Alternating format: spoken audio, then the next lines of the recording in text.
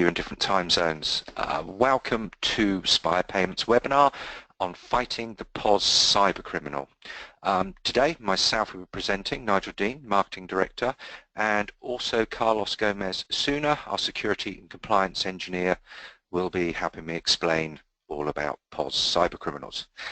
Okay, now if you look at your dashboard on the right, I just want to check technology is working for us. You will see a chat box where it says type message here.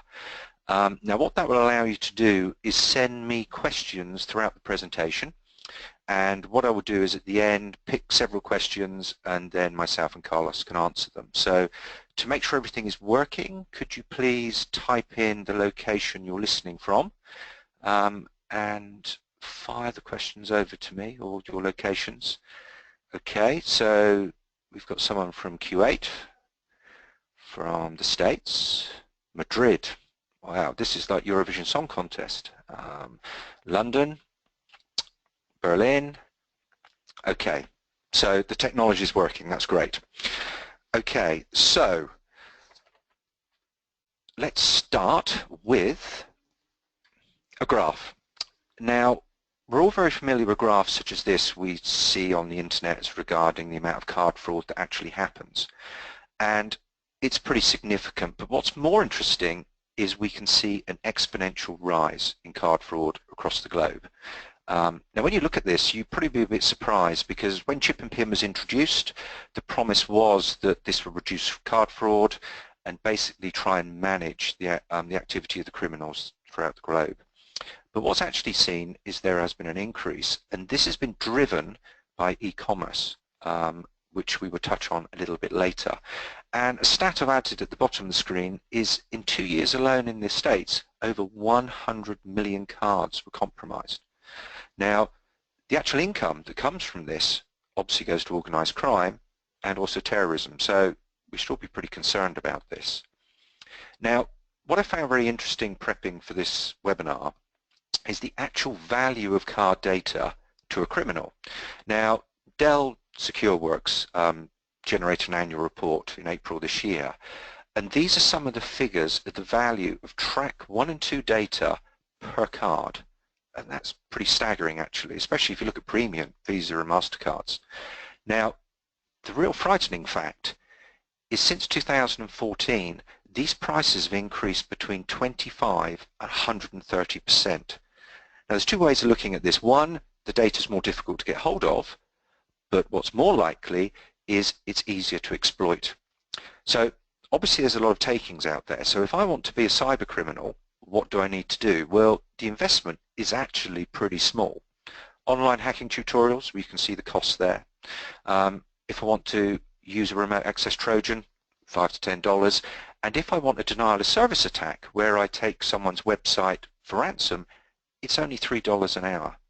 So this is quite an interesting scene, because organised crime likes to see a return on investment of 10. And if you do the calculation here, you only have to compromise 100, 200 cards, and this becomes a very viable proposition.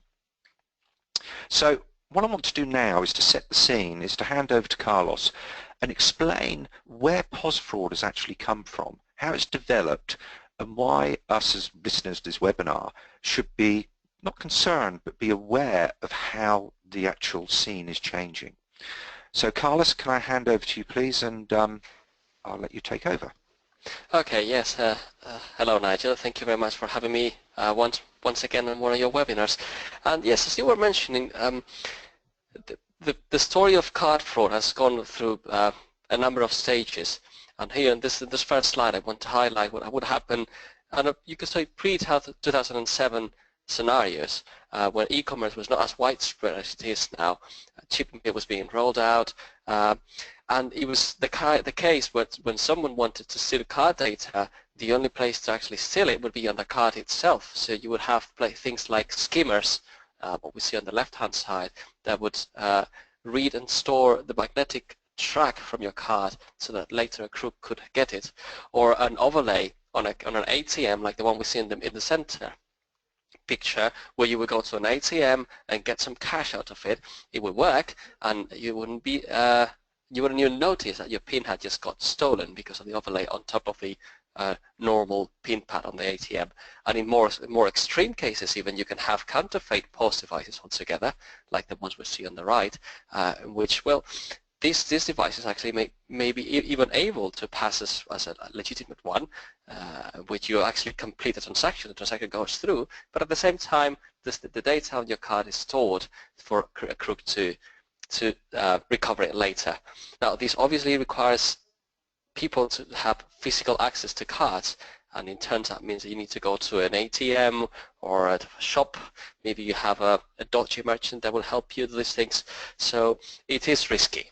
It is very risky, but it was still worth doing some business. Okay, Carlos, can I just ask you a question here? The slide says pre-2007, but I'm sure I've seen in the press that these attacks still happen. Is that true, or are they just at a lower frequency? Yes, it's becoming less and less common, especially with the chip and pin now being more widespread. But yeah, only last year you still had some very nasty overlay attacks on supermarkets and places like that, where you could see that crooks will still find it profitable to try and install dodgy hardware on top of legitimate one. Okay, so this is sort of where the actual the criminal started, but if we now go forwards to post-2007, the scene has changed dramatically, and if you could just run through this, Carlos, it will become very apparent to the listeners. Yes, well, what we see here, this is sort of a second step. With the explosion of e-commerce, and understanding the POS device in the broader sense of the word, in which you have the card reader or the PIN entry device connected to a cash register, something that is usually PC-based, and that is actually going to turn into the weakest link in your chain, because, well, PCs are harder to secure and so on and so forth.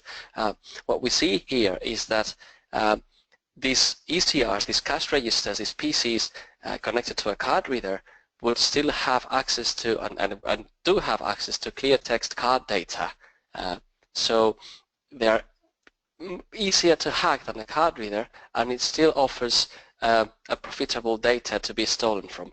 So what we see in the first step is we see a bunch of really highly qualified, good technical people doing just that, going into networks and infecting PCs connected to POS devices and stealing card data from them.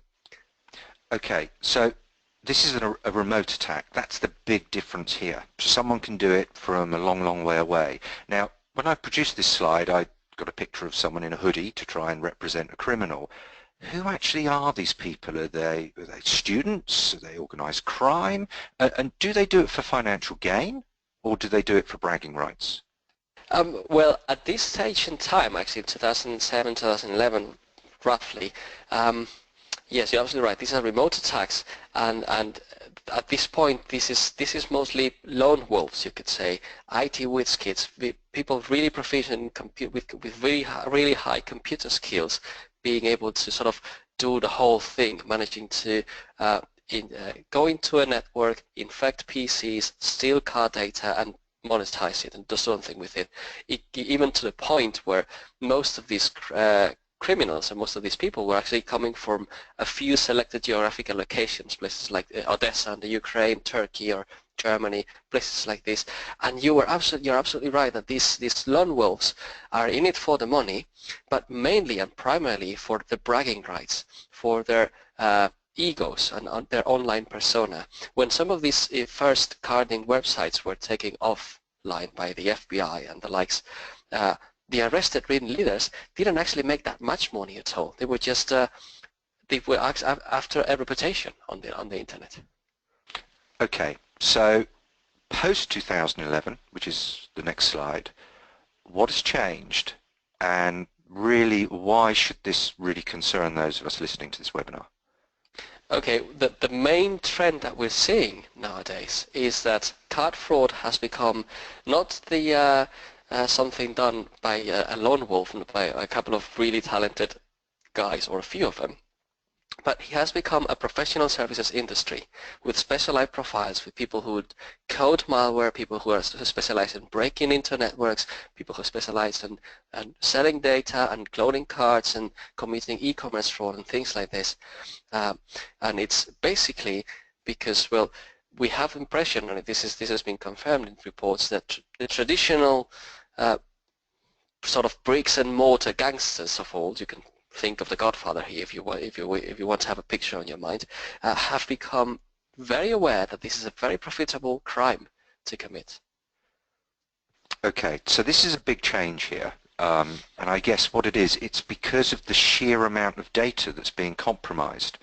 So what's a typical amount of card data that one of these attacks could expose, just to give the audience an idea of the value?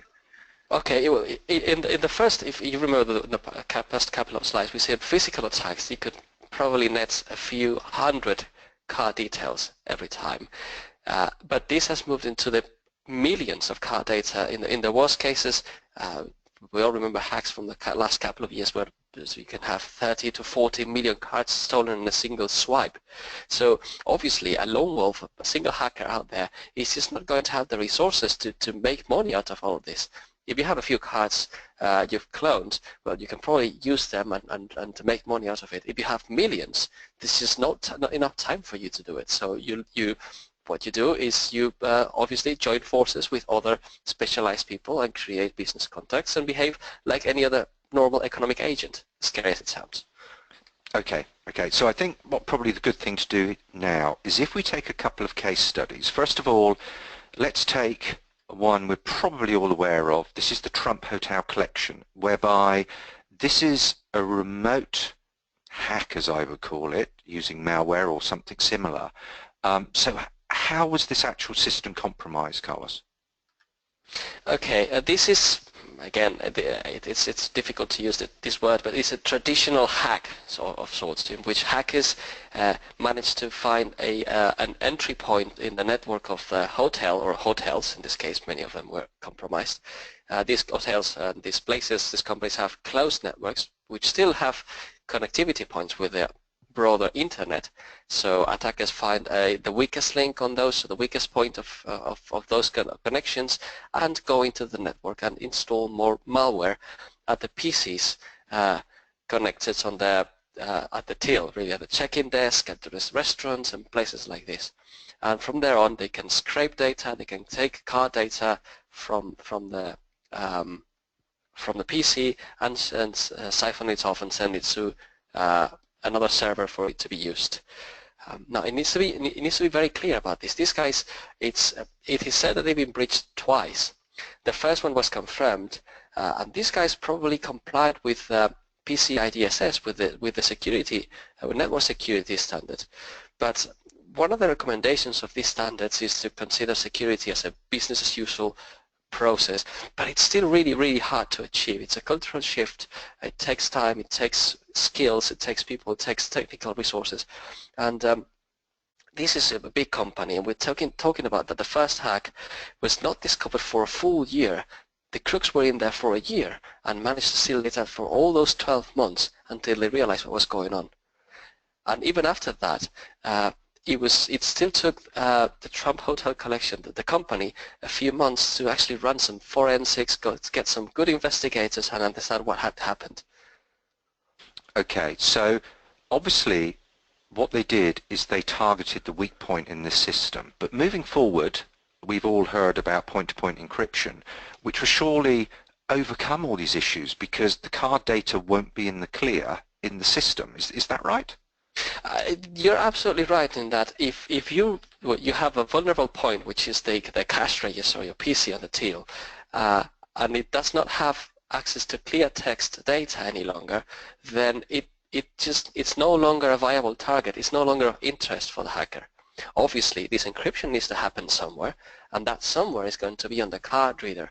So, okay, a card reader is a much more secure, much more hardened device than any old regular PC, but still, well, basically you're moving the attention from the hacker from PC to the POS device, and that is going to become the next target because it's the only place where you can get clear text data.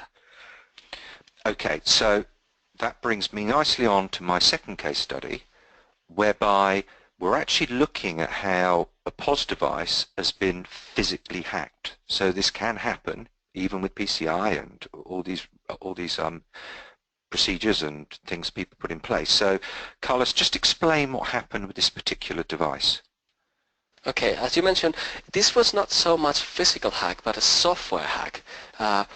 This was spotted in the wild a couple of years ago, and it was basically a GPRS-enabled card reader POS device that had been hacked. So the software had been slightly modified.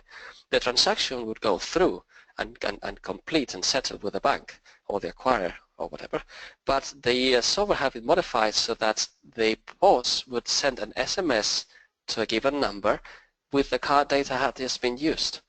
So you would be none the wiser. You would think that the POS is absolutely secure. There's nothing wrong happening, but at the same time the device is sending data to really bad people out there without no one knowing. Okay, so basically what we're seeing is the POS device was compromised, but it was done locally. However, there is no reason why this can't be done remotely via malware. Now these POS devices are connected to the internet. Is that true? Absolutely, absolutely. You see that this was a GPRS device, so okay, it uses a mobile network and it's a bit more difficult to get into, but now these devices are mostly connected to Wi-Fi hotspots or Ethernet connections and places like this, and they are based in the end, the software underneath in most cases is based on open source Linux or equivalent operating systems. So once there's nothing worth hacking on the PC and you have access through the network to these devices as well, it's only natural that this would be the next target for criminals. Okay, now obviously the payments industry don't just sit back and let this happen. So we obviously as an industry have typical defenses, and probably the two that are most well known are PCI PTS and common criteria, and it's worth just focusing on this just a little bit, just to explain to people what this actually does, these two requirements. So Carlos, can you explain the difference between the two and what they actually put in place to protect our devices? Okay, yes, these are sort of like the especially a PCI PTS, the seal of approval you need to get when you put any POS device, any card reader device out there in the market. PCI PTS has had a long story, and it started a little bit like the POS fraud history we've discovered. It started focusing on hardware security, on making sure the devices were secure against someone installing a skimmer or an overlay on the pin pad or things like that, so that the card data wouldn't be easily stolen, physically speaking. Over the time, they have realized that software is becoming more and more important. So with the PTS standard has moved to include stronger software security requirements, PCI PTS 3.x, and nowadays not just software requirements but also more stringent security tests to verify that these requirements are actually complied with. Now, common criteria, it's the European counterpart. They're very, very closely related in terms of the security of the device as such, but common criteria takes a more formal approach in the sense that when you follow common criteria, you're supposed to have thought of the security of the device from day zero, and you're also supposed to define the architecture and so on and so forth, and make sure that you cover the whole life cycle of the device, so that it's not just the security of the piece of hardware itself, but also the formal identification of all its life cycle phases, personalization, key loading, and so on and so forth. So it covers a little more scope. Its scope is a bit broader than PCI PTS. Okay, so my question is, are these enough to combat POS cyber criminal? Are these enough to be put in place? And I guess the answer is probably no, because we're still seeing attacks. Is that right?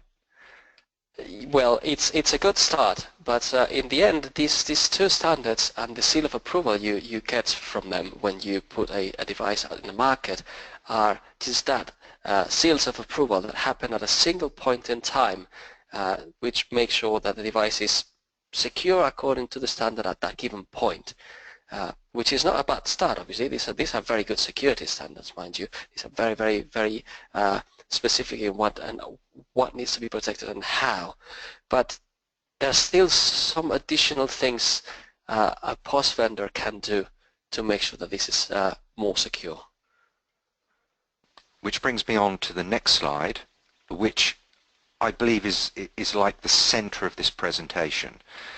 And what this slide represents is how a payment solution provider or terminal vendor, as I see it, can actually provide the most protection against the cyber criminal. And so Carlos, can you please go through this diagram and explain why each point is so critical? Yes, well, this is a simplification of the life cycle we define for our products, obviously. But for when we started manufacturing, well, the first thing to notice is that we must take security seriously in all steps of the life cycle of a device, not just when you get the PCI or Common Criteria seal of approval. So we start with manufacturing, for example, D1. At the factory, it's not just a matter of putting things together, but making sure that there's enough configuration management and control so that devices are manufactured to the right quality and the right security. And also, there's a certain amount of security you can put by using hardware security modules to ensure the devices are securely enabled and securely identified as a valid POS device. That, as such, brings a secure device into the market. And then obviously, one of the things you would normally do is develop an application for that device. That takes me to the next square, so to speak. So when you're going to develop an application, you think, okay, all I need is a compiler and probably some documentation on how to use this device. Well, from a functional point of view, you would probably be right, but it's very, very important that security is addressed at the application level. And the vendor can do a lot of things to provide security guidance on how to use the device, security advisories, and make sure that the whole vulnerability management of the device is being taken care of. Now, this is something that is being more and more covered by current standards. We've been doing this for a number of years, and it's a number of years, and it's very, very good because people understand how to make secure code out of a very secure platform. When it comes to application development, we also think it's very important that you make sure that your hardware remains yours. So domain separation. Think, for example, you have a supermarket chain, and you have a few devices out there in the field loaded with your application. Well, it's very important to make sure that your hardware only accepts the applications you yourself have signed and produced for them. Think that there's another supermarket chain across the road using probably the same terminals, and you wouldn't want those terminals ending up in your supermarket or using your software inadvertently. So it's very important to provide that sort of separation. Once you're in the field, or once you've finished your application, you're going to put things in the field. Software loading and key loading are very important. You can do key loading at the initialization phase, for example, and we insist and we stress that it's very important to use hardware security modules for that, and this is something that needs to be provided as part of the solution. But also, you are not just going to put things out there in the field for you to use and you're going to forget about them. So it's very, very, very, very, very important that you manage these terminals and that your vendor of choice, your hardware supplier, provides with vulnerability management. What this means is that if, say, tomorrow a possible vulnerability is found, your supplier is able to generate a patch that is a software fix for that, and you're able to manage and deploy it as quickly as possible. Now, the current standards ask you to do vulnerability management, but this is only validated once. So it would be a good question if you're going to buy hardware from someone, say, okay, you have a vulnerability management, but are you actually doing this? Are you running this? Are you providing patches? So on and so forth.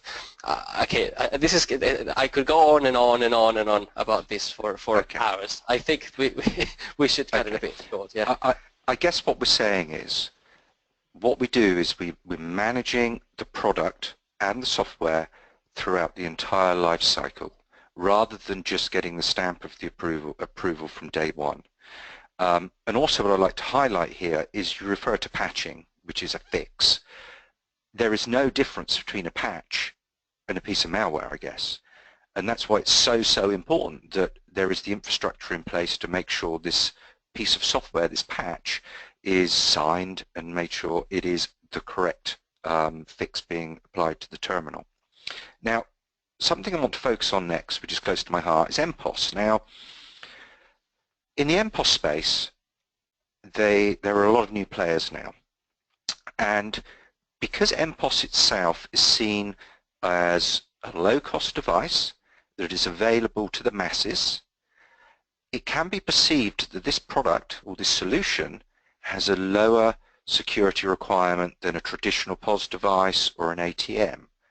However, it's pretty clear to me that if anything, an MPOS device is probably more exposed than any other POS device. So Carlos, let me hand over to you and you can sort of explain why that's a fact. Well, you're absolutely right that, okay, these devices are, well, traditionally targeted at, for example, this device you have there, the SPM2 is targeted as to micro merchants. Now, these devices are going to connect to a mobile phone or a tablet or something similar, and in a network that is not controlled. This is not a supermarket chain or a hotel chain that we've seen with the Trump Hotel collection, where the network is closed and you have control access, so to speak, to what's going on to the network. This is connected to any old mobile phone which could be as hacked as these things can get. So it's absolutely paramount that the MPOS device is protected against any potential attacks from the outside, but also provides security in the transaction. So basically, you do not care anymore if your mobile phone is hacked. Everything happens securely and in a single self-contained secure envelope and software. We've heard some stories about people deploying MPOS solutions, cutting corners, doing things like accepting PIN entry on mobile phones, for example. Now, this is as broken as it gets in terms of security. It's especially when you have products like these, which provide the whole transaction management in a secure place. So for us, it's absolutely critical that when an MPOS deployment takes place, security is kept as tight as possible, considering that you're sending things out there in the wild to the least protected environment possible. Excellent. Well, that was what I was trying to say, but that is definitely the fact. So I guess what we're saying to conclude the webinar is card fraud is here to stay, isn't it, Carlos? It's not going away anytime soon. It is not. It's a very profitable business, I'm afraid. Yeah, exactly. And PCI, PTS and common criteria, they provide solid foundations for a secure payment system, but it can't stay there. And that's right, as you demonstrated, Carlos, in the life cycle of the product, every single point needs to be secure, because that cyber criminal, they will find the weakest link, without doubt. And I guess a good way to end the presentation is to say, work with your payment solution provider to ensure you're not the next target, because there will be many other targets out there. We know that. So what I'd like to do now is, I've got a few questions that have come in, so we've got another 9-10 minutes or so. So what I'm going to do is I'm going to pick a couple, because I've got rather a lot here, and then I'll fire them at you, Carlos. Okay, quite a specific question here. There's a question saying, proprietary POS platforms are surely more secure compared to open source platforms such as Linux. So what would you say to that? So basically what the question is saying is, if I have a proprietary system, surely that must be more secure than an open source system like we run on our SB series of products.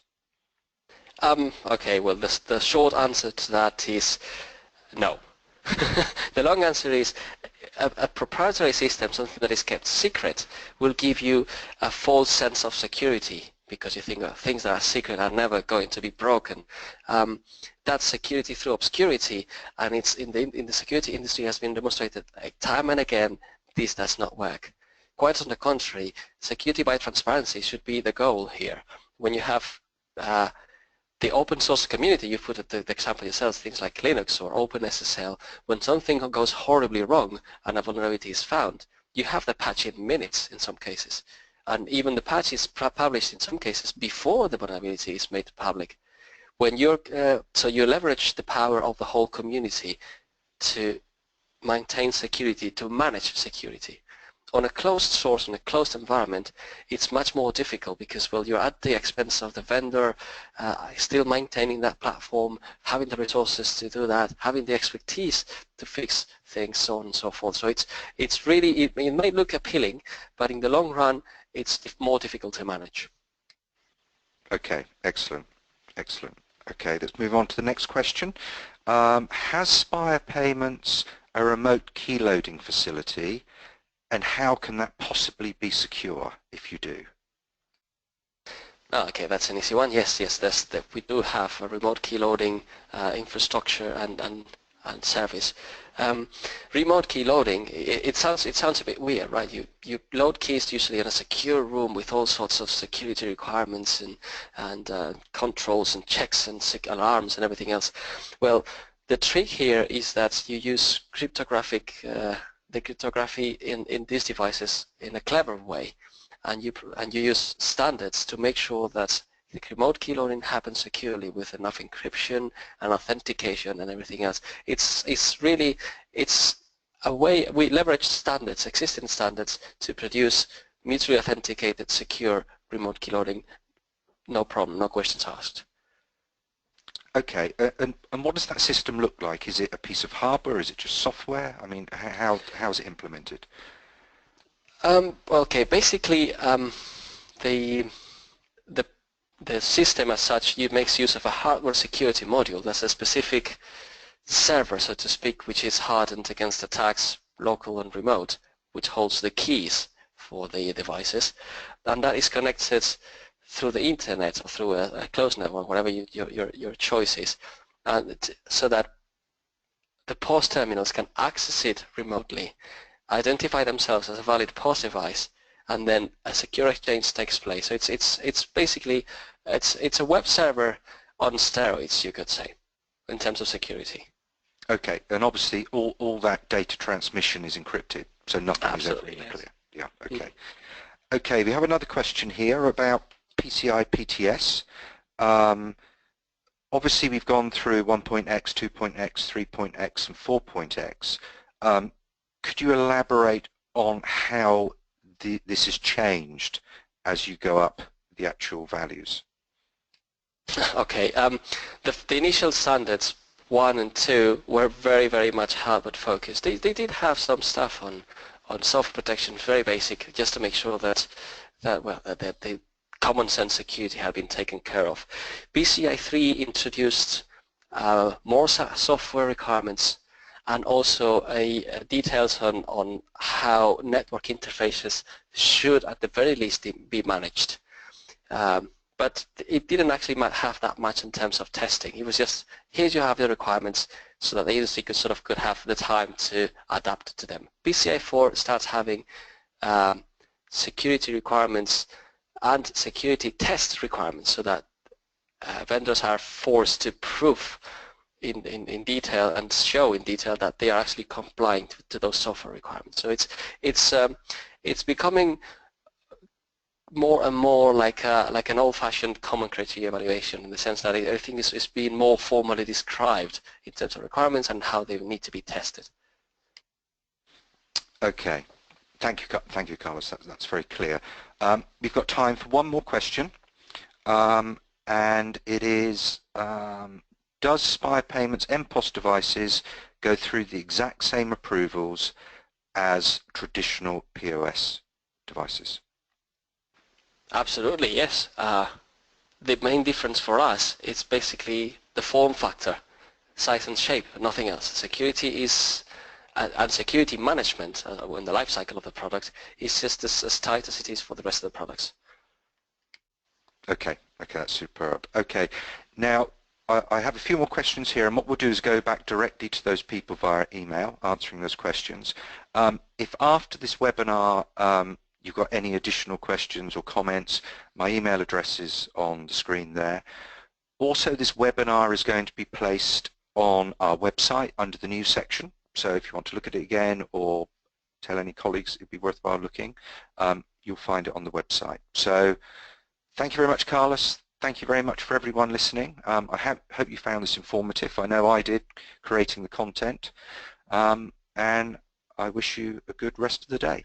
Thank you very much. Goodbye. Thanks, Nigel. Thank you. Bye. Goodbye.